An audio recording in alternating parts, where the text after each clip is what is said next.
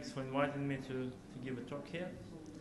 So I'll start off my talk with an update on the current outbreak of Ebola virus in West Africa. I'm sure many of you have heard about this outbreak. This is the largest outbreak in the whole history of this virus infection. The first cases of Ebola virus were actually occurred in 1976 in Africa, and since then the outbreaks were quite sporadic and relatively small. But this particular outbreak that started in the beginning of 2014 has caught everybody's attention, mainly because it occurred in the regions of Africa that are much more heavily populated than all the previous outbreaks. So it started in Guinea, and the first notice on that was in March 2014, where the Guinea government actually admitted the cases of Ebola virus infection in their country.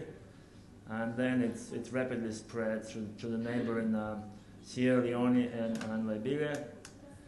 And as you can see here, the number of cases up to now, the data are the latest data of 24th of July by WHO. The largest number of cases is in Sierra Leone, and this resulted in more than 13,000 cases with almost 4,000 deaths. Liberia was also heavily affected with 10,000 cases and again almost 5,000 deaths. Guinea was slightly was less affected than the other two, but still substantial number of cases occurred in this country as well. So we're looking at now close to 28,000 cases of this virus infection in those countries, with more than 11,000 deaths. So this is a very unpleasant disease, and although the speed of outbreak came down quite a bit, there's still approximately 30 new cases every week is reported in Guinea and Sierra Leone primarily, and some also individual cases in Liberia as well. So as you probably seen on TV and on the other news, this virus is quite devastating, and the current outbreak is caused by the Zaire strain of Ebola virus, and Zaire strain is one of the 5 viruses in this virus genus, and four of which actually cause severe and quite often fatal hemorrhagic fever in humans and also in animals, mostly monkeys and human primates. So this virus, as I said, it causes hemorrhages, and the onset of disease occurs usually about between 7 and 14 days after infection, and after the first signs of infection occurs, it rapidly progresses into hemorrhages and death in most cases. It's an RNA virus. I'm going into molecular biology of it a little bit. It has a negative sense RNA genome of about 19,000 nucleotides, which codes for the 7 viral proteins. And amongst those proteins, glycoprotein, GP, here that covers a virus particle, is the main glycoprotein that our body induced neutralizing antibody response to. And because of that, this glycoprotein has been a major target of vaccine development.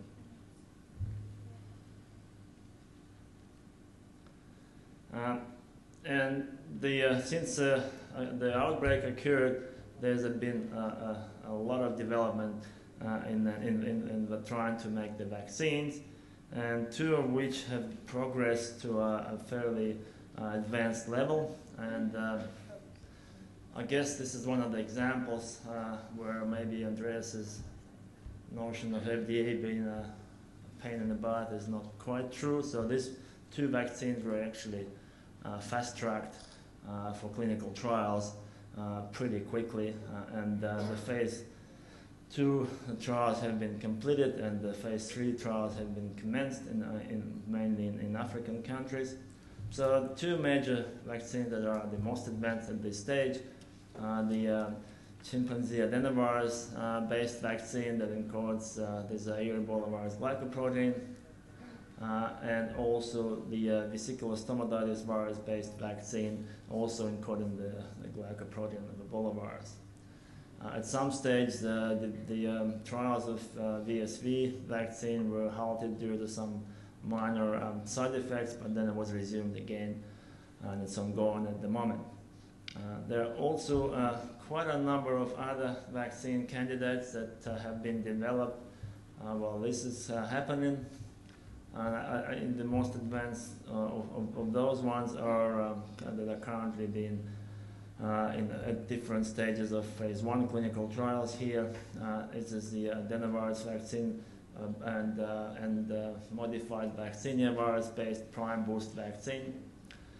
There was the trials commenced in January in the United Kingdom, and phase 2 also commenced in July 2015 in the United Kingdom and France. The other one, which is appeared to be a very promising candidate, is the recombinant Ebola glycoprotein nanoparticle vaccine, which is essentially a glycoprotein somehow made into nanoparticle formulation, and that shown some very promising results in primates, and now the phase 1 trials commenced in February in 2015 in Australia here. The other vaccines that are being developed as well, and the vaccine based from China using adenovirus type 5, Ebola virus glycoprotein vaccine. They use the glycoprotein from the current strain of Ebola virus that circulates in West Africa. And that is in the phase 1 trials for this vaccine has been completed in China. Another couple of candidates that are also looking quite promising. The parainfluenza virus type vaccine developed in NIH that is also can be delivered intranasally. Also, primate trial, the experiments in primates show quite a promise for this type of vaccine. And the other one, which was recently published in Science, was an activated whole virus vaccine using a particular strain, recombinant virus that has a. Oh, is that it? That's the end of it?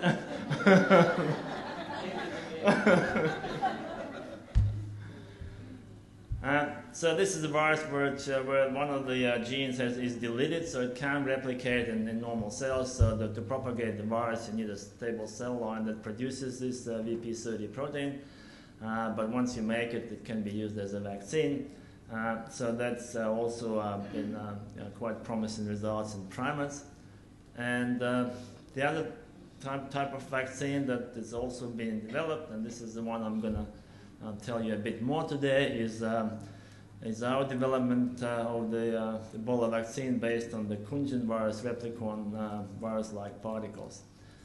So what is Kunjin? Anybody knows what Kunjin is?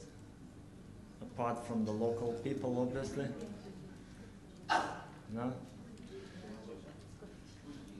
Kunjin is a strain of West Nile virus.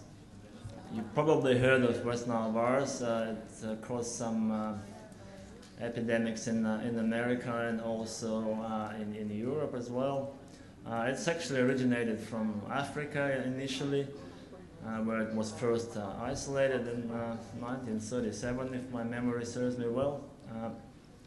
But the interesting thing about Kunjin that it's actually attenuated. So if the American strains of West Nile virus can actually kill people and cause severe encephalitis, Kunjin virus normally doesn't do that, and it's been circulating in Australia since at least it was first discovered in 1960, maybe even before that. most likely. So it causes a very mild disease, and sometimes, most of the time, no disease. This virus circulates primarily between mosquitoes and birds, and accidentally mosquitoes bite us. And another highly susceptible host for this infection are horses. So we get some virus replication and generation of immunity to this virus, which clears the Kunjin virus strain quite quickly. And because it's attenuated, so we're interested in trying to apply it to the development of vaccine-based vectors. So the molecular biology of this virus is it's fairly simple virus. It's about 11 kilobase long. It's a positive strand, single-stranded RNA. It encodes 10 proteins. 3 of them are structurals and 7 of them are non-structurals. And what happens when you delete the structural region that codes for the structural proteins? And structural proteins are the proteins that form the virus particle. So if you delete this region, you end up with replicon RNA. And when this RNA is delivered to cells, it can actually replicate itself. So it can amplify itself. It doesn't need anything else. So this feature of self-amplification is quite attractive because by doing so, it can produce a lot of antigen that you want to use for the vaccine. So if you then insert any genes that you want, any viral antigens or any bacterial antigens or cytokines, anything, in the place of deleted structural region, these genes will be produced in cells and then will serve as an antigens for vaccine purposes in this case. So what we also developed is that we can actually make this replicon RNA produced in vitro in a tube using the bacteriophage RNA polymerase, or we can make it from plasmid DNA if we use a cytomegalovirus promoter, or we can actually package this RNA into the virus-like particles by providing the structural proteins from this Kunjin virus in a packaged cell line in trans. So the way it works is that once the RNA ends up in the cytoplasm, whether it's produced from the plasmid DNA under the CMV promoter, or whether it's delivered directly as an RNA, and there are some ways of efficient delivery of RNA as well, or if it's packaged into the virus-like particles, the end result is this RNA ends up in the cytoplasm of the cell and initiate its own replication. So it makes multiple copies of this RNA, then produce all the proteins that are required for RNA replication, which then feedbacks and produces more RNA, and this goes on for a long time. So the end result of this is this a lot of the product that you inserted into the replicon RNA, and this product is, whether it's an antigen, it can induce the antibody response. But what's also important and probably beneficial of this system is the product of RNA replication, intermediate product, is double-stranded RNA.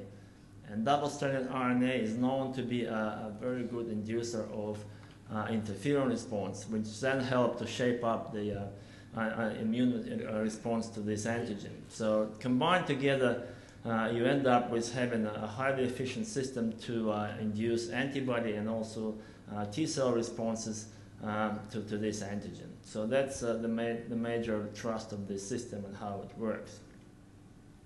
So we use this replicon vectors to express quite a number of different proteins by now. Those include some reporter genes, GFP, cherry, beta-gal, luciferase, nanoleuc, anything essentially you can put in. It expresses quite well. We also express a number of viral proteins. These are cytoplasmic viral proteins to induce primarily CTL responses. And one of the most successful ones that we used is the HIV GAG and SAV GAG, and we trialed that in vaccine settings as well. we can also express viral glycoproteins, and this is the one I'm going to talk about today, Ebola glycoprotein here. We also successfully expressed a number of secreted cytokines as well. So this system can be used to express essentially any protein you want. So when we were developing the Ebola vaccine candidate, again we used the glycoprotein as everybody else does in the field. We had some tweaks though to this protein. So this was developed in collaboration with Volchkov's group in France, who is an expert in Ebola virus infections and can actually work with Ebola virus in BSL-4 facilities. So what we did here, we expressed 3 different versions of glycoprotein. So we expressed the wild-type glycoprotein full length. We also removed the transmembrane anchoring, trying to increase the secretion of this protein into the culture fluid with the aim of inducing better antibody response. And we also made a mutant of the full-length glycoprotein at this particular site. So this glycoprotein, when it's expressed on the surface of the cell, is cleaved by taste here and shedded of the cell, and that appears to be a natural cycle for this protein and during infection. But what it also does, which we figure out later on, that mutation that it makes this site more efficient results in enhanced shedding of the GP from the cell surface, and that actually in turn reduces the cytotoxicity of this protein. This protein is quite toxic, so if you express a lot of this protein in cells, it actually kills cells. So to avoid this issue, and that turned out to be a real problem when we were trying to make virus-like particles with replicon expressing this glycoprotein. And the wild-type glycoprotein kills cells very efficiently, and we end up with having much lower titers of virus-like particles because cells were dying. So this mutation helped to reduce cytotoxicity and improved our replicon yield quite substantially. So what we did then, we generated virus-like particles, and we did that, but as already said, in a packaged cell line that is inducibly producing the structural proteins for this virus. So the removal of tetracycline results in activation of the CMV promoter, and that leads to expression of these proteins. The reason why we used the inducible system, because if you express it continuously, it is also toxic, so the cells die. So we had to develop the inducible packaging cell line here. So, and when you transfect these cells, packaging cells with replicon RNA with the Ebola glycoprotein encoded, and you turn on the expression of structural proteins, they meet each other and essentially come up and secrete the secreted virus-like particles that have the replicon RNA incorporated into those particles. The reason why we want to use virus-like particles is because they are normally a lot more efficient in delivering RNA into the cells than naked RNA or DNA transfection. So we then set up studies on evaluating the protective efficacy of this vaccine, initially in guinea pigs, and this work was done in laboratory in Lyon in France. So we used 3 different versions of glycoprotein here, the wild-type glycoprotein, the mutant, the shedding mutant, and also the truncated version. And we also used 2 different doses of VLPs, the 1 by 10 to the 6 and also 5 by 10 to the 6 particles per animal. So we did the prime boost vaccination 3 weeks apart, and then 3 weeks afterwards we challenged them with a guinea pig adapted Zaire Ebola virus strain to see what protective effect we get from this vaccination. So the results are here on this slide. what we found that the lower doses of the replicon virus-like particles gave some protective effect, and similarly in the wild-type and mutant virus protein. However, this is the control. All animals died by day 11, 12. However, when we increase the number of particles by 5-fold, we see a substantial increase in protective efficacy of these virus-like particles. So both wild-type and also mutant virus elicited similar protective efficacy. Anywhere from 75 to 85% of animals were actually protected against this infection. So, however, the truncated version of the protein almost did nothing. So we concluded from this that the truncation of the transmembrane domain in this particular protein is detrimental for its immunogenic activity. So we have abandoned this construct in the future trials.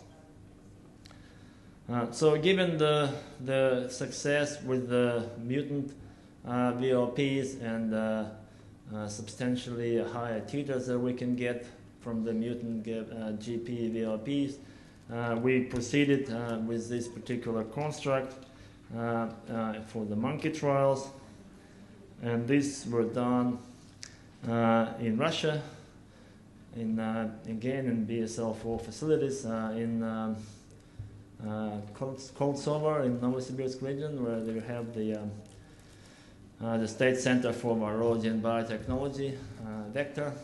It's called Vector. Probably know you heard of this. So these we used African green monkeys for these studies, and there were 4 animals that were vaccinated with this vaccine. We did 1 and 2 immunizations, so that you can see here the ELISA titers significantly increased after the second immunization with these virus-like particles. And we then also tested the virus neutralizing titers and found that essentially all animals developed a virus neutralizing antibodies in a reasonably high titers. So when we then infected these monkeys with Ebola virus, the results are presented here. So 3 out of 4 monkeys here, shown in blue, yellow, and magenta here, did not progress to disease, were essentially fully protected. The control animal developed disease later, sometime around between day 11 and 12, and then died from infection, and one of the immunized monkeys also developed disease and died from the infection, and we don't really know why this particular animal, despite having reasonably high titers of antibodies, still developed the infection, and we obviously can't figure that out now because the experiment is completed and we can't go back to this animal that's died. So, but what our I think current thinking is that perhaps the total level of antibody in this animal was not sufficiently high to protect against infection, or other factors, because these were outbred monkeys population, they're not monkey line, so it could be some other factors that contributed to higher susceptibility to infection that has nothing to do with actually antibody immunity. So we don't know that yet, but regardless of this, the 75% protection is considered to be quite high for this very robust infection. So we are hopeful that this vaccine can progress further into larger animal trials and perhaps to the human clinical trials in sometime soon. Also, we used our replicon VLPs to generate therapeutic immunoglobulins to treat already infected patients. So for this, we used horses for 2 reasons. Mainly because there's been a worked out process in Australia to produce horse IgG antivenom against snake venom. So there's a protocol and procedures that are approved here in Australia to generate highly effective horse antivenom in these animals. That's one reason. And the other reason is because horses are susceptible to the Kunjin and West Nile infection, we thought that using our VLPs will allow to have a significant effect in boosting the titers of those antibodies. So this was a relatively long experiment. They funded by our Australian Infectious Disease Research Centre here. We had an emergency seeding grant with Andreas Serber to do this. So the horses were staged in a Plasvac company here in Brisbane, that the company that actually produces horse antivenom. So they know how to do this well. So we essentially purchased the horses, and all the immunizations were done at their site and performed by the trained personnel there in the company. So we did 4 DNA immunizations, 4 milligram of DNA. So we use DNA here that produces glycoprotein just to have a prime effect. And this DNA was generated in collaboration with the Volchkov's group in Lyon. So it expresses the same version, mutant version of glycoprotein that we have in VLPs. And then after the 4th immunization, we boosted the horses with the subcutaneously with the Kunjin replicon Ebola glycoprotein VLPs. And then 13 days after the boost, we collected the plasma from horses and used it to purify IgG. And there we used a setup at CSIRO here in Geelong, who also were involved in producing horse IgG against venom for dogs. So they have approved procedures to do that under the GLP manufacture conditions. But before that, we tested the serum at after different immunization for the antibodies against glycoprotein. As you can see here, the titers were boosted up after the 3rd DNA immunization, but 4th DNA immunization didn't really do much. But after we boosted them with virus-like particles, with Kunjin GP virus-like particles, the titers went up quite a bit, substantially, and that's where we collected the plasma to purify IgG. And I'll show you a few pictures how this IgG was purified, mainly because it's actually impressed me quite a bit when I was sent those photos by the people who produced this. So this was done in the Anchorage recombinant protein production facility at CSIRO in Geelong. And the man who is in charge of this, George Lovres. So I've been communicating with him on that. So what happened, they received those 16 liters of plasma. We collected 10 liters from one horse and 6 liters from another horse, combined them, and then they were transferred into a fairly sizable bag for the precipitation with caprylic acid. And that's what happened when you add caprylic acid to this horse plasma. Caprylic acid is used to precipitate the unwanted lipids and proteins. And what happened then, you then spin down this huge amount of plasma, and then you take supernatants. So what ends up in those bags after the centrifugation is crap here. So it's proteins and lipids that you don't want. And that's how you also purify your IgG, so you get rid of all the unwanted lipids and proteins. So then this is clarified through filtration, so the big filters here.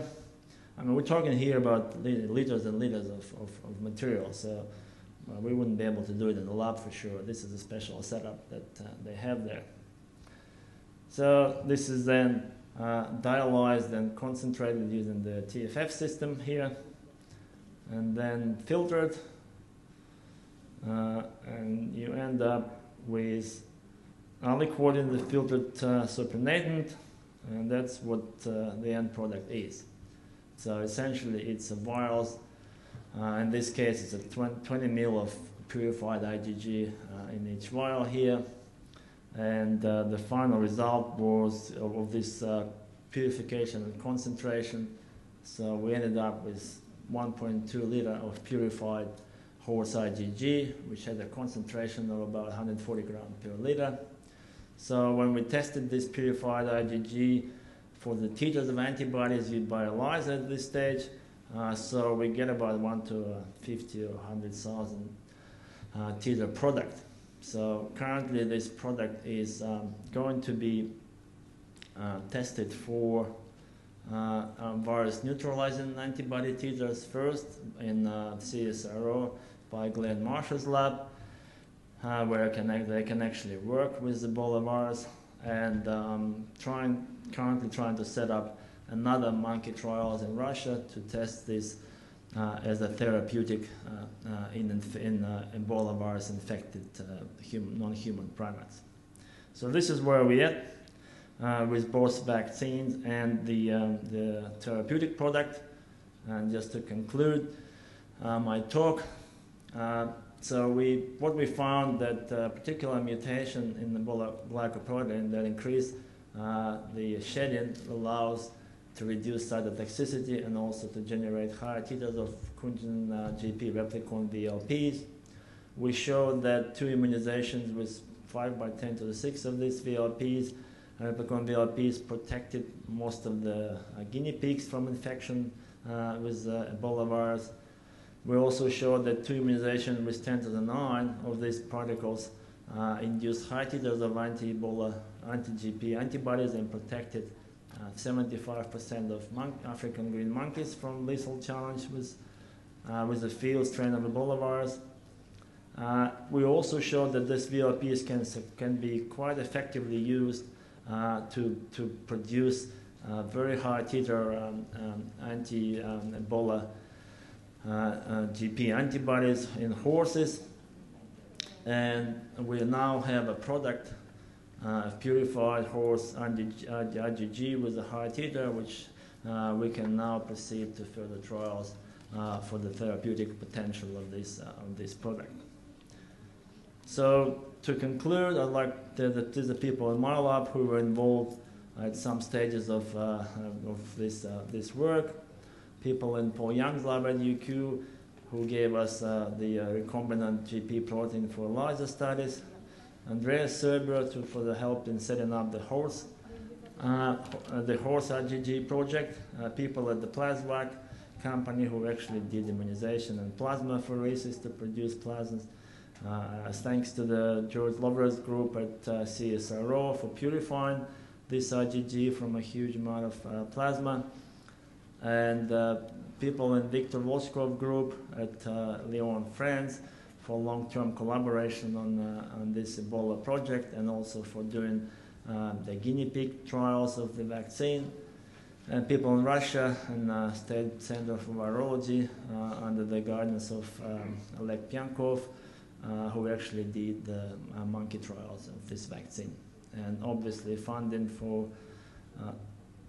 to NIH, where we had a R21 grant to actually initiate this work, and more recently funding from the Australian Infectious Disease Research Centre at UQ-AQMR to do the horse studies.